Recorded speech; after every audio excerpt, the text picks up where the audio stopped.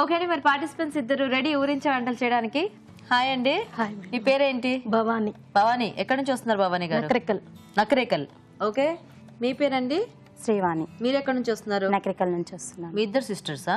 తోటి కోడళ్ళ, కో సిస్టర్స్ అన్నమాట. So ready ఇద్దరు వంటలు చేయడానికి? రెడీ అండి. సో చూసేద్దామా మరి main ingredient? Okay. So late చేయకుండా చూసేద్దాం. ఓ ఓ కాకరకాయ. కాకరకాయలు ఇష్టమేనా? ఆహా, మీకు? ఆహా, మరి ఎలా ఇప్పుడు కాకరకాయలతో వంట చేస్తారా? చేస్తాం. చెయ్యాలి కదా. అంటే ఎప్పుడైనా చేశారా మామూలుగా? చేస్తాం, కానీ మీకు ఇష్టం లేదు తింటాం. ఓకే, ఈరోజు నేను తినిపిస్తాను మీ ఇద్దరితో కాకరకాయ. సో కాకరకాయ ఏంటంటే ఆరోగ్యానికి చాలా మంచిది. ఇష్టం ఉన్నా ఇష్టం లేకపోయినా వారంలో ఒకసారి కానీ 2 సార్లు కానీ తింటే చాలా మంచిది అనమాట. ఓకే. సో మీరిద్దరు ఇప్పుడు ఏం చేస్తారంటే కాకరకాయతో మీకు తెలిసిన వంటలు ఏవైనా కూడా చేయండి చక్కగా. అంటే కాకరకాయ చూడగానే అబ్బా కాకరకాయ అనే వాళ్ళకైతే బోల్డెన్ వెరైటీస్ వస్తాయి.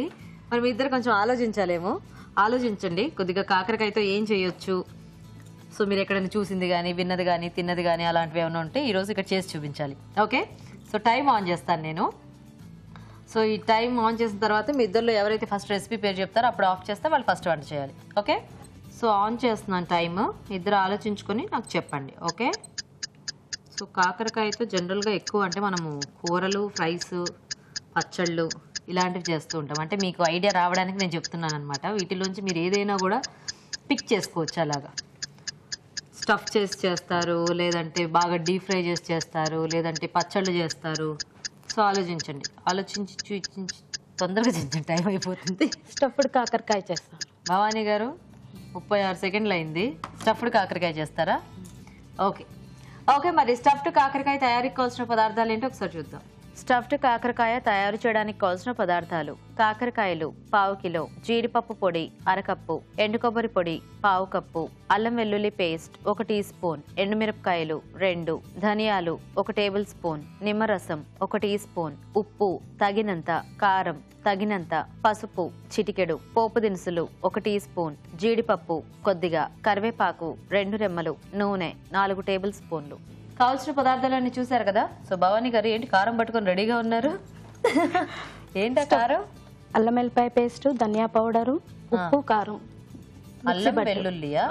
అల్లం వెల్లుల్లి పేస్ట్, ధనియాల పొడి, కొంచెం జీలకర్ర, ఉప్పు వేసారా? ఉప్పు, కారం మిక్సీ పట్టే. సో ఇది మనకి స్టఫింగ్ అన్నమాట. స్టఫింగ్ వేయండి.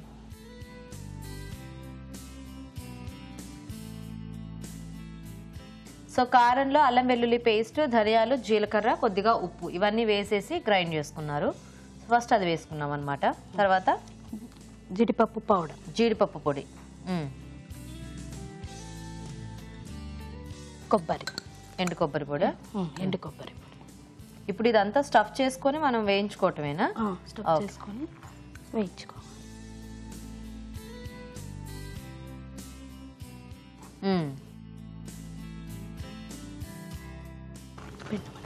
సో నిమ్మకాయ పిండుతున్నారా?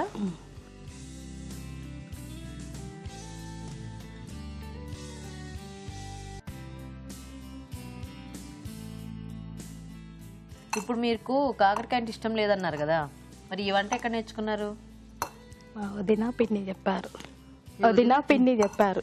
ఓహో, సరే స్టవ్ ఆన్ చేసి ఆయిల్ అది వేసుకుందామా? కొంచెం హీట్ అవుతూ ఉంటుంది. సో ఈ కాకరకాయలు ఏంటి ఉడికించి పెట్టారండి? Okay okay. సో పెట్టుకొని అన్ని ఇందులో పెట్టండి, నేను ఆయిల్ వేస్తాను. ఇంత పడుతుంది ఆయిల్? చాలా. అంటే మీరు జనరల్గా ఇలా స్టఫ్ చేసి బాగా ఫ్రై చేస్తే ఇలా సైడ్ డిష్గా అలా బాగుంటుంది కదా, అందుకని ఇలా ట్రై చేశారా? అవును, కాకరకాయ అంటే కొంచెం ఇష్టంగా తినాలి అంటే ఇట్లాంటివి ఏమన్నా చేస్తేనే ఎక్స్ట్రాగా డిఫరెంట్గా బాగుంటుంది. రెగ్యులర్ ఫ్రైస్ అంటే అంత చేదు అది పోదు కాబట్టి.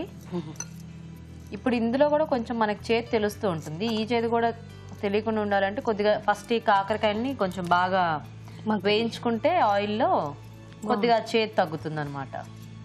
కానీ కాకరకాయ తినేటప్పుడు కొంచెం ఆ చేదు తగిలితేనే యాక్చువల్గా బాగుంటుంది. చేదు లేని మనకు కాకరకాయ తిన్న ఫీలింగ్ రాదు. ఓకేనా? నూనె వేడెక్కింది, సరిపోతాయిలేండి. ఫస్ట్ పోపు ఏమన్నా వేసుకోవాలా? టెన్షన్ పడకండి, అస్సలు టెన్షన్ పడకండి, నిదానంగా చేద్దాం. జీడిపప్పు వేయాలా? వేయించి తీయాలి. ఫస్ట్ వేయించి ఇవి తీసుకుందామా?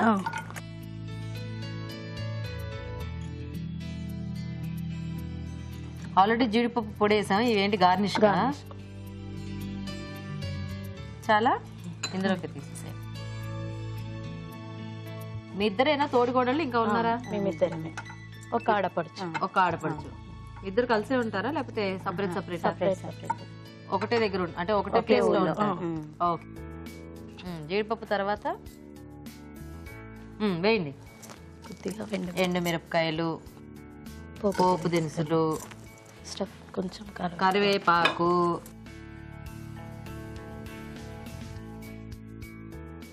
లేత కరివేపాకు ఎక్కువ సౌండ్ చేస్తుంది. తర్వాత స్టఫింగ్ చేసా కాకరకాయ ముక్కలు పెట్టేయండి.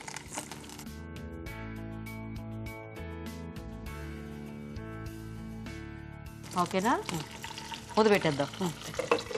ఇప్పుడు ఈ మగ్గితే మనకి రెడీ అయిపోయినట్టే, అంతేనా? మీరేంటి ఏమైనా వర్క్ చేస్తుంటారా లేకపోతే హౌస్ వైఫ్? సో మీ వారు ఏం చేస్తుంటారు? Shop business. పేరేంటి? నర్సయ్య. పిల్లలు? ఇద్దరు, ఒక పాప ఒక బాబు. చదువుకుంటున్నారా? ఏం? పాప first second year. Inter second year. బాబు 10th క్లాస్. ఓహో, బాగా రుద్దుతున్నారా? ఎలా మనకి మొత్తం కొద్దిగా కలర్ అది చేంజ్ అవ్వాలి కొంచెం. ఓకే. ఇంక ఇందులో ఉల్లిపాయలు ఏం అక్కర్లేదు. ఓకే. సో కొంచెం ముందు ఉడికించేసుకుంటే కాస్త ఫాస్ట్గా ఫ్రై అవుతాయి కాబట్టి ముందు ఉడికించి పెట్టుకున్నారు, అంతేనా?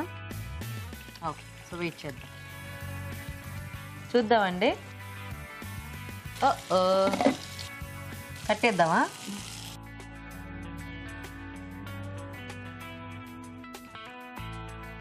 పోపు వదిలేద్దాం, మాడిపోయింది.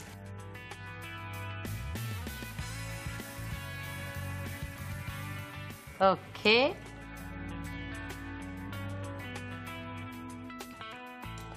ఇప్పుడు ఏం చేద్దాం అనుకుంటున్నారు భవానీ గారు? ఈ పౌడర్ దీంట్లో వేద్దాము. వేయండి. ఇప్పుడు ఇది పచ్చిగా ఉంటుందిగా, పర్వాలేదా? ఏంటో అయిపోయిందా? ఆ జీడిపప్పు ముందు వేయించి పెట్టుకున్నా, అవి పెట్టేయండి, ఓ పని అయిపోతుంది.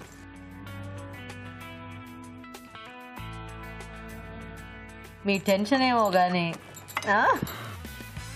ఇప్పుడు టీవీ చూసినప్పుడు మీ ఫ్రెండ్స్ ఇంట్లో వాళ్ళందరూ అంటారు, మా మీద అయితే బాగా అరుస్తూ అక్కడికి వెళ్ళాక ఒక్క మాట కూడా చెప్పలేదు నువ్వు అని. అయిపోయిందా? స్టఫ్డ్ కాకరకాయ. ఓకే.